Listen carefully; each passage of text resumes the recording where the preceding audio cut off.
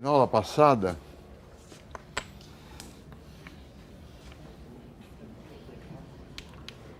nós tínhamos fugido do tema economia e estávamos estudando moeda sob vários pontos de vista. Falamos sobre o ponto de vista arqueológico, citando o artigo do Polanyi,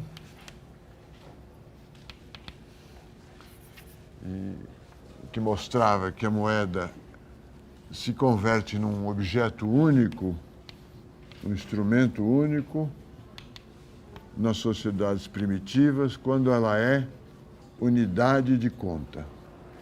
E ela é unidade de conta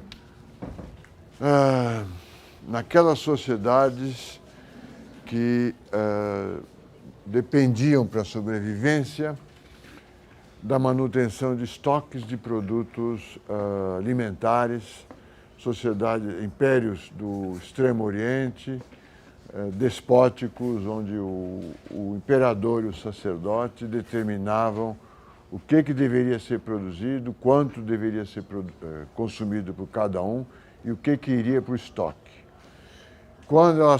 Quando existia esse estoque, ele era contabilizado usando uma unidade de medida, que podia ser um saco de trigo, uma determinada quantidade de alguns desses cereais. Nesses casos, segundo o Polanyi, a unidade de conta usada na contabilidade passava a ser moeda para meios de pagamento e moeda para reserva de valor. Eu lembrei que o artigo do Polanyi não é um artigo desinteressado.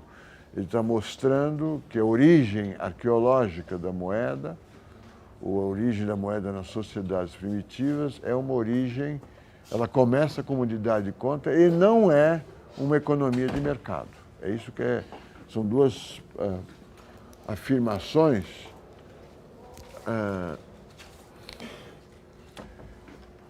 que contrárias à visão que os economistas têm de moeda como um expediente, um instrumento que facilita as trocas e tem pouca importância. Porque mesmo antes das trocas, a moeda já existia cumprindo outros papéis. Ela não está ligada ao mercado, lá no passado primitivo. Eu apresentei um artigo, as ideias do Georg Simmel, é um sociólogo do século XIX, mostrando a importância mostrando a moeda como instituição fundadora da sociedade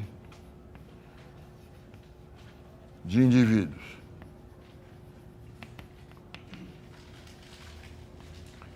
Ele usa uma expressão que eu não citei na aula passada, mas que é uma expressão importante e que parece análoga à ideia de preferência de liquidez do Keynes. Parece análoga à ideia de que a moeda é um porto seguro. Ele diz, olha, a moeda é tudo e, ao mesmo tempo,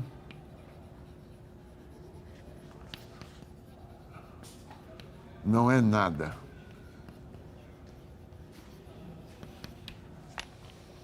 Ele falou de prostituição, de roubo, de liberdade, dependendo da moeda, mas para entender o seu conceito, ele falou, olha, esse pedaço de papel aqui não é nada, é um pedaço de papel. Mas, ao mesmo tempo, ele pode ser convertido em qualquer coisa. Portanto, é por isso que ele diz, ele é tudo e, ao mesmo tempo, não é nada. É algo misterioso, por ter essas características.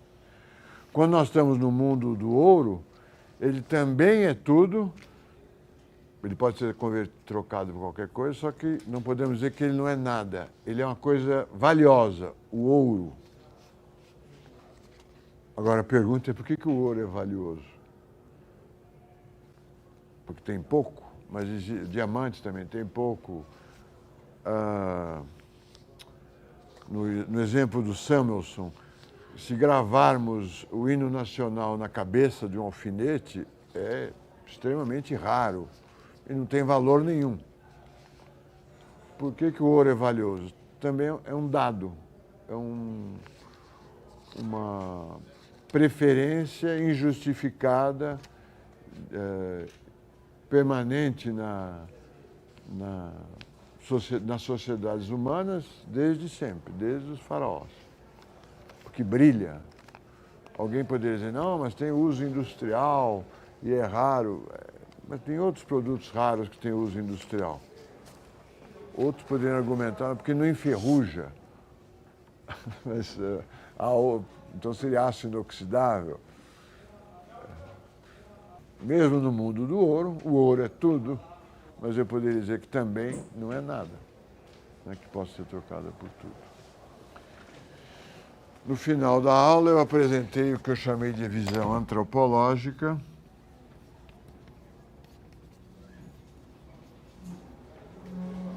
baseada nas ideias do Girard, apresentando a moeda como tendo o papel de facilitar a troca. Por que facilita a troca? Porque num mundo de rivalidade mimética, a troca, no mundo em que todos nós desejamos os desejos dos outros, só o dinheiro permitiria uma troca, porque o dinheiro é um terceiro excluído, ele não é nem meu, nem do outro lado da transação, ele pertence a alguém, pertence a todos, ele é público, ele é a criação pública. Então ele desempenha o mesmo papel que o bode expiatório desempenharia no controle da violência de uma sociedade. A partir desta ideia, eu mencionei o livro do Attali e do Orleans, A Violência da Moeda, que, a partir do modelo ou do paradigma do Girard, diz, olha, a moeda é um bode expiatório, ou seja, ela é um terceiro excluído que facilita as trocas. Como os bodes expiatórios, ela está sempre sujeita a retirar excessivamente da economia, da sociedade, retirar violência excessivamente ou insuficientemente.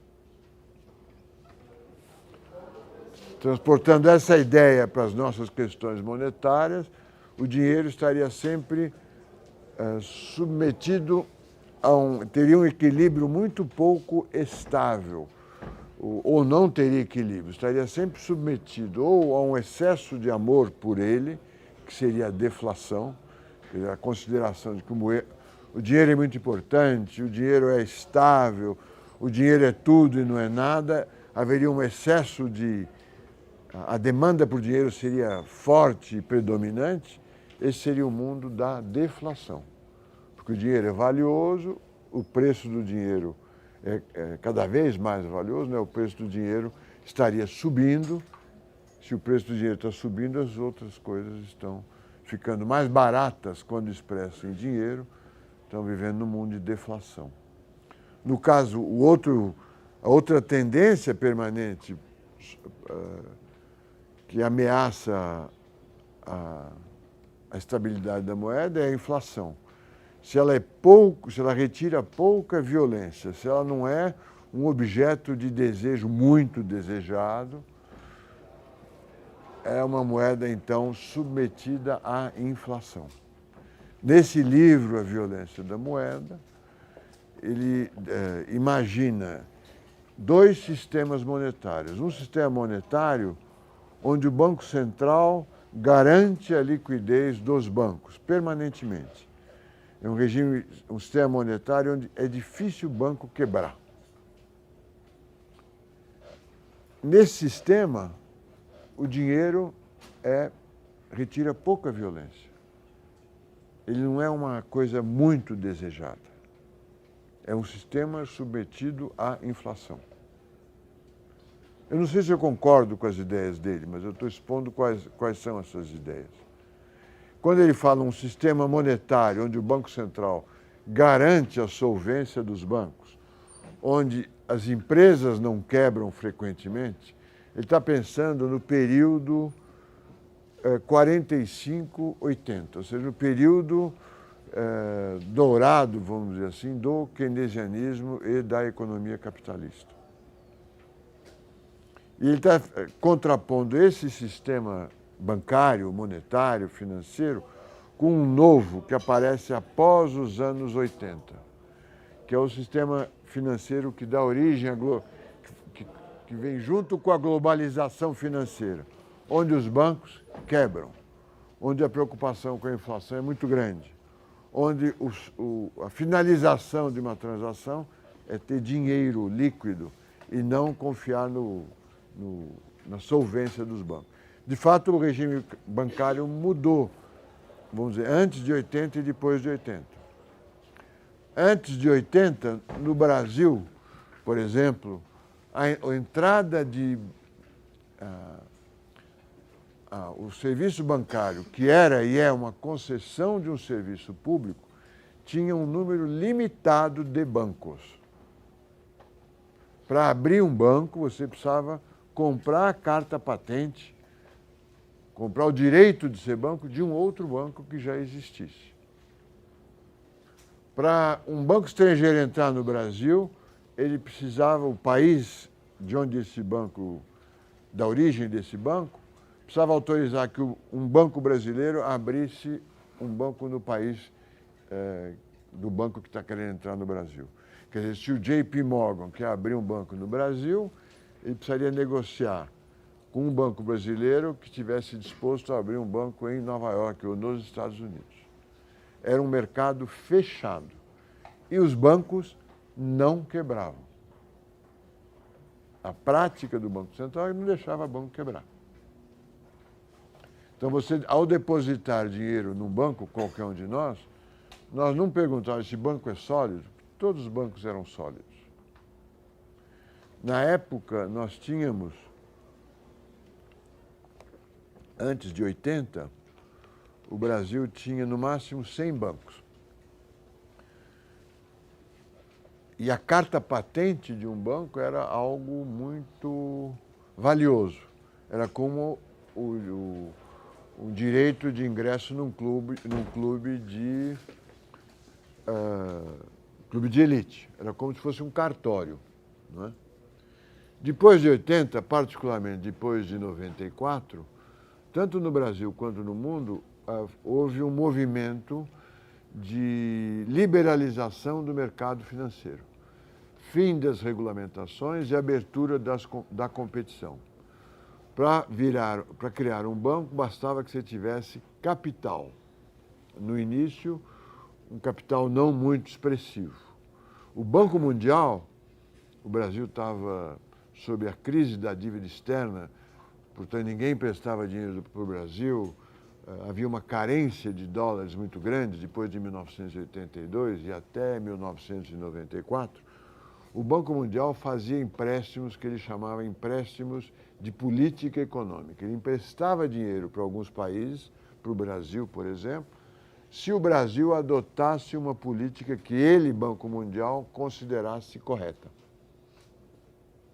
Ele ofereceu para o Brasil 300 milhões de dólares em 1990, o que hoje nem aparece no jornal. Ofereceu 300 milhões de dólares para que o Banco Central abrisse a possibilidade de criação de novos bancos. Apareceram os bancos múltiplos. Aí o número de bancos do Brasil passou de 100 para 400. Com a desvalorização do real em 1998, final de 98, começo de 99, houve uma crise bancária, vários bancos caíram e hoje nós temos um número de bancos da ordem de 100 novamente. O Attali e o Orleans estão falando desses dois regimes bancários diferentes. O regime bancário de poucos bancos, todos eles muito garantidos pelo Banco Central, nesse regime há uma tendência à inflação. E ele diz que essa tendência à inflação é que a moeda não não retira muita violência, ela não é um bem muito desejado. E no novo regime, o regime onde existe uma pluralidade de bancos e todos eles podem quebrar, principalmente depois do PROER. O PROER foi um programa que mudou a legislação. O banco não quebrava antes de 80, não só porque não era, o Banco Central não queria assumir essa responsabilidade, mas também porque a legislação não era conveniente para permitir que o banco quebrasse. Os bancos que quebravam nessa época entravam na justiça,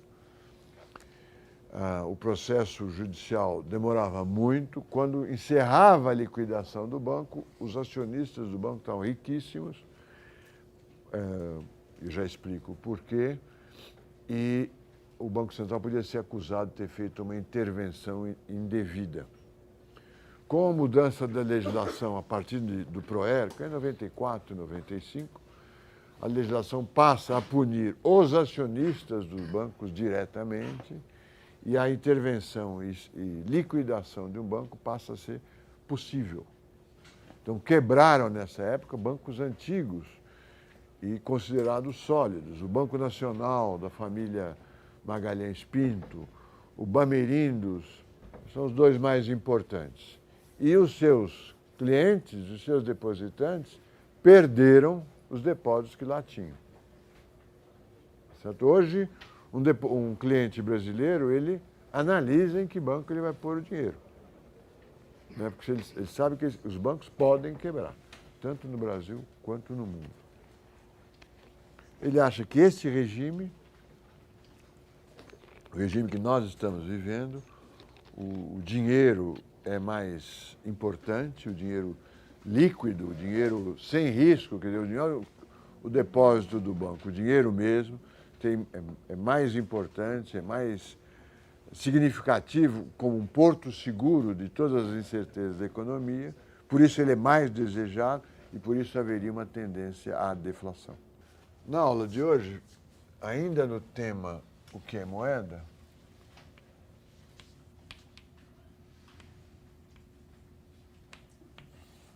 nós vamos ver moeda na semiótica.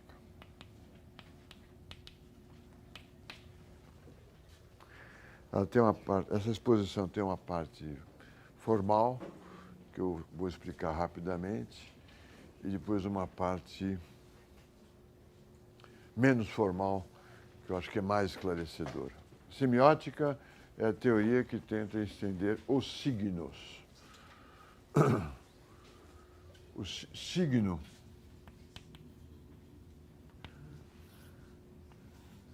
a representação que nós fazemos do mundo é feita por signos. Os signos têm um significado e um significante. O significado é um boi. Vou desenhar aqui um boi, pronto. Esse é o significado. O significante é a palavra boi. B-O-I. E o signo é a união do significado com o significante.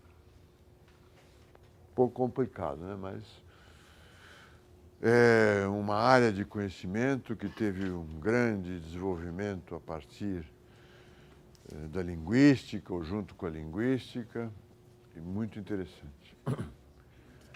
Então, a língua é um sistema de signos. Quando eu falo aqui, hoje vai ter uma aula, vamos dar a aula sobre a moeda como um mito, eu estou usando uma língua que não é criada por mim, nem por vocês. A língua é um bem público para nós economistas. Ela é um dado, nós nascemos e aprendemos a falar uma língua que já existe, que vai se modificando espontaneamente pela sua utilização, mas ela é um bem público. Eu não escolhi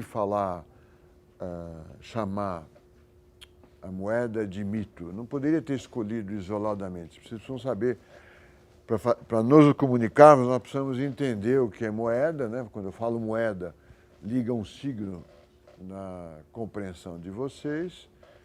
E quando eu falo é um mito, aparece uma palavra que vocês também conhecem. Nós estamos usando um bem público, uma regra pública. Eu posso modificá-la, tem um estilo de falar, assim como vocês têm um estilo de falar, para falar, mas ela é dada para nós.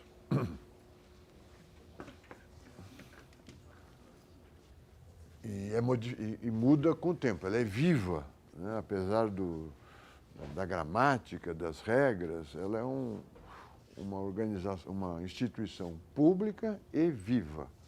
Ela vai sendo mudada no tempo pelas novas gerações, pela mudança do mundo real, pelas línguas estrangeiras, e ela é mantida permanente pelas crianças que aprendem involuntariamente, né? Nós ensinamos elas a falarem,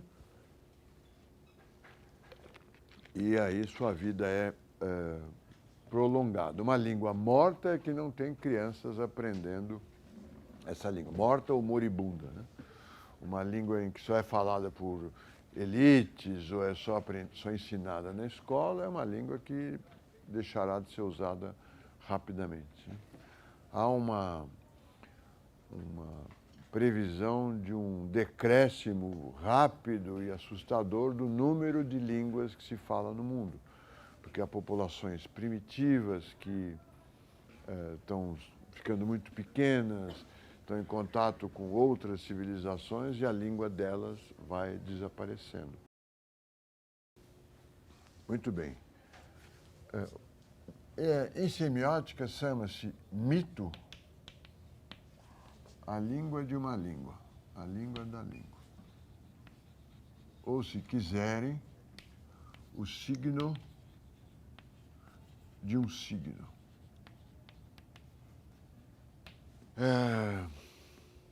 Quem fala sobre isso é o Roland Barthes, no livro que é divertidíssimo, acho que vocês gostarão, Mitologia, que deve existir em português, Mitologias. É uma coleção de artigos que ele publicou na imprensa francesa nos anos 70. O Roland Barthes morreu nos anos 80. Ele é considerado, ele é um dos intelectuais estruturalistas, que não tem nada a ver com os estruturalistas nossos de economia. São estruturalistas, vamos dizer, do mundo da semiótica ou do mundo da filosofia. Ele analisa os mitos que estão aparecendo na vida francesa. Ele mostra, por exemplo, uma capa da revista Paris Match. Paris Match era uma revista, ainda existe, muito importante na França, cheia de lindas fotos, uma revista como a Manchete era no Brasil. Aliás, a Manchete talvez tenha se inspirado no Paris Match. Ela produz uma capa que é um soldado negro, um soldado francês negro, prestando continência à bandeira tricolor, à bandeira francesa. Ela produz esta capa no auge das dificuldades que a França estava tendo com as suas colônias, mostrando então que a análise do Roland Barthes sobre esta capa, que aquilo ali era um mito, aquela foto era um mito. Era a tentativa de mostrar as colônias, de naturalizar a relação colonial que a França tinha com as suas colônias na África, na Argélia, mostrá-la como algo natural. Veja, um soldado negro é um soldado francês, né? E está prestando continência à bandeira francesa. Então, não é uma colônia, é parte da pátria francesa. Ele tem outro artigo que ele analisa o lançamento do Citroën Sapo. O Citroën Sapo é aquele Citroën moderno também, moderno em 70, que ele tem esse formato aqui. É difícil achar um deles hoje. Na época era um formato revolucionário, que ele tinha uma queda, a parte de trás era arredondada e, como todo Citroën, tinha uma suspensão controlável. Numa estrada boa, você anda com ele bem baixinho, numa estrada ruim, quando funciona, você levanta a suspensão e anda com o carro alto. Ele fala, este é o símbolo, é o mito da modernidade, né? O mito da França como um país tecnologicamente avançado, na indústria automobilística, que era uma indústria importante no mundo inteiro. Então, ele escreve um artigo sobre o mito do Citroën. E aí se dedica à teoria dos mitos. E mitos aqui, olha, é uma língua da língua. Você já sabe o que é carro, mas está discutindo o carro dos carros, o Citroën. O conceito de mito parece se adaptar muito bem à ideia de moeda. Pelo menos como nós, economistas, tratamos. Existe uma língua, vamos chamar de língua, o sistema de preços é uma língua, né? Eu digo, isso aqui vale 500, isso aqui vale 200. Eu consigo diferenciar os produtos com os preços, é uma língua de preços. Então, existe uma língua básica, a língua dos microeconomistas, que seria os preços relativos, PA sobre PB, PA sobre PC, PB sobre PC. No mundo de 3 produtos, são os 3 preços relativos que daí saem. E existe a língua da língua, que é expresso em dinheiro. Olha, PA é igual a R$1. Então, vamos dizer, se PA é igual a R$1,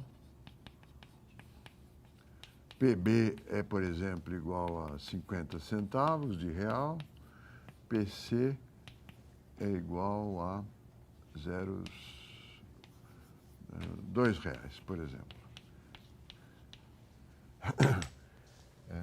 A expressão dos preços relativos em preços absolutos, através do dinheiro, faria com que o dinheiro fosse um signo de um signo, um mito, na definição da semiótica.